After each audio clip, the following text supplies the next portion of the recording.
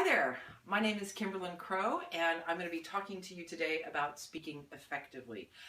As I've said before in a couple of my other videos, I'm a trained actor, and in my many job functions I have over the past 30 years been speaking in front of audiences of all kinds. So I have some information that I'd like to share with you. The first piece of information that I would like to share is that Dr. Klein's book on speaking effectively is awesome. It's got everything that you need to know. A lot of what I'm going to be saying is in this book and a lot more. This is one of the books that you don't want to resell at the end of the term. Hang on to it. You're going to use it for a really long time. The three things I want to talk to you today about speaking effectively include knowing your audience, preparing, and how to use your body and your voice to be a really effective speaker. Knowing your audience before you even begin your preparation is really important, because that's going to let you tailor the content of your preparation to that specific audience. The things that you need to know, if you can, are how big is the audience going to be? What's the venue? What's the age range of the people that you're going to be speaking to? The other thing you need to know is, what's your purpose? Are you instructing? Are you persuading? Are you entertaining? A combination of all three? Two? Just one? Know that as you do your preparation and as you do your rehearsing, because that is going to make you even that much more effective. For example, what I'm doing today is teaching or instructing or informing. So I made my outline and I did my preparation based on that. I did an outline. That's really important. That's part of your preparation. You know, all that stuff you learned in English class, outlines, research, footnotes, that is information that you have to do. The best way to be prepared is to do your research, make sure you know where your data comes from, and make sure that you can cite that data if you need to in your presentation. That's going to lend a lot more credibility to what it is that you're saying. Excuse me. The other thing you want to do an outline for is to be able to have note cards. These are going to save your life sometime, because there's going to be a point in your presentation where you do that. You brain freeze. We all do it. The best of us do it. This is going to get you back on track. The other thing that these do is keep you from wandering way, way, way over there and going way off topic. You don't want to do that. These are the lane markers on your road of your presentation. They keep you on the path. They keep you on track. You're going to want to use them. And when you do use note cards, use heavy cardstock, not paper. It helps to have them cut in half. They're a little less obtrusive, and they don't rustle and make a whole bunch of noise as you're using them. And they're only to be referred to, not read off of. We'll talk about that a little bit later. The other things you need to include in your preparation and knowing your audience is it formal? Is it informal? Are you going to use humor? And if so, make sure that you tailor it to your audience and make sure that it's appropriate for the situation that you're in. Preparing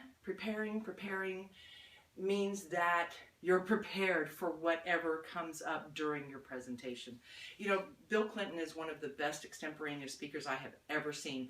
I think that man eats policy briefings for breakfast and he goes to sleep with them, because he can sit down and he can talk about anything. Well, I'm not Bill Clinton, and probably neither are you, so do your preparation, have your note cards, and be ready for your presentation.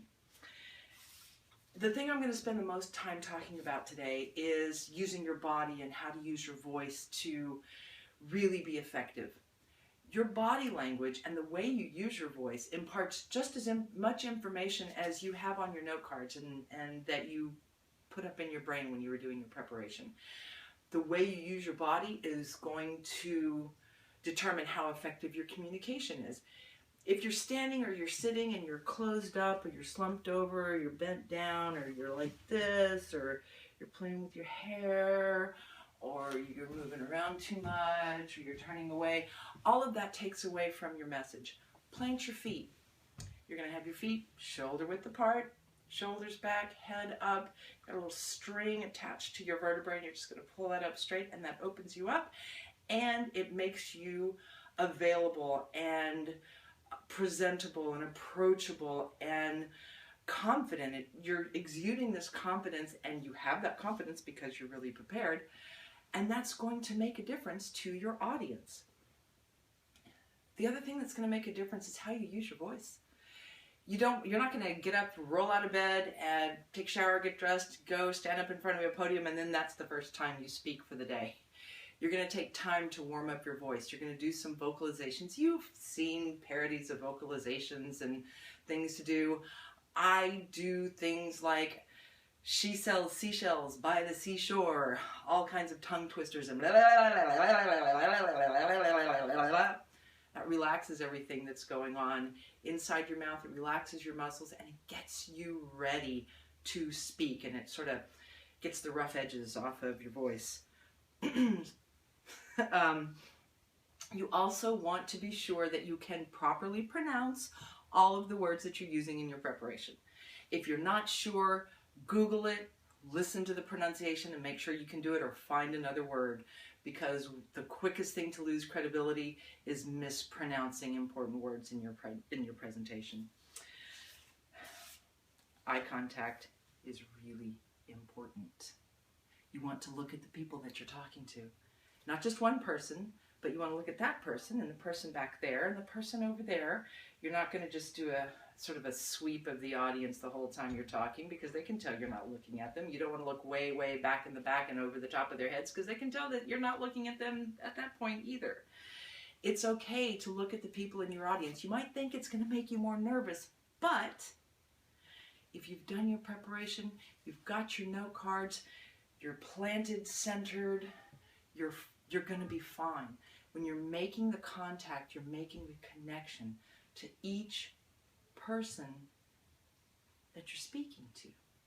They're going to hear and process what you're saying much better if they feel like you're talking straight to them. If it makes you too nervous, that's fine. Look at their shoulder. If there's an empty chair, look at the empty chair, because the person next to that empty chair is going to think you're looking at them. The two people behind that empty chair is going to think you're looking at them. Just remember to keep your eyes on your audience. You're going to connect much better, and it's going to make a difference in how nervous you actually feel. Breathe. We forget to breathe, and that's one of the best things that you can do, not only to open yourself up and to help your voice do its job, but it really can help you when you lose your place. You can take a breath and get to your note card and look up and go back to what you're doing. If you're really nervous, taking a deep breath, holding on to it for a moment, and letting it out really does help relax you, help center you, really can make a big difference. Don't forget to breathe. There's a lot more that you can do, and a lot more that goes into being a really effective speaker. I've given you some pointers. Again, don't forget the book.